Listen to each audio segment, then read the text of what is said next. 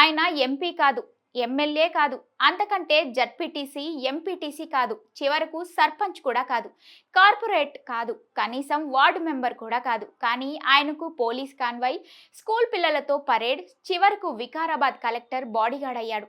అందరికీ ఆయన సీఎం అన్న. అయితే ఆ జిల్లాలో మాత్రం ఆయనే సీఎంగా వ్యవహరిస్తున్నారు. మరి ఆయన ఎవరో తెలుసా? సాక్షాత్తు ఈ రాష్ట్ర ముఖ్యమంత్రి రేవంత్ రెడ్డి సోదరుడు తిరుపతి రెడ్డి.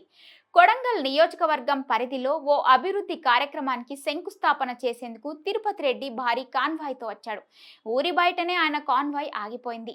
ఎండలో బడి పిల్లలు ఆయనకు పరేడ్తో స్వాగతం పలికారు. ఇక ఏ హోదా లేని తిరుపతి రెడ్డి పక్కనే వికారాబాద్ కలెక్టర్ ఓ సామాన్యుడిలా ఉండిపోయారు. ఇక స్థానిక నాయకులు వంగి వంగి దండాలు పెట్టడం అందరినీ ఆశ్చర్యపరిచింది. వీటన్నిటిని ఎంజాయ్ చేస్తూ తిరుపతి రెడ్డి ఓ ముఖ్యమంత్రి అన్నలా కాకుండా తానే ముఖ్యమంత్రిలా ఫీల్ అయిపోయారు.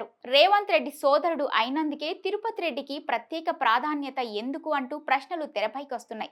సీఎం రేవంత్ రెడ్డి సోదరుడు కావడమే తిరుపతి రెడ్డికి ప్రత్యేక అర్హత అని నిలదీస్తున్నారు. పేరుకు ప్రజాపాలన, ఇందిరమ్మ రాజ్యమని, కానీ వికారాబాద్లో మాత్రం ఫ్యామిలీ పాలన, అనుముల రాజ్యాంగం కొనసాగుతోందని ఫైర్ అవుతున్నారు.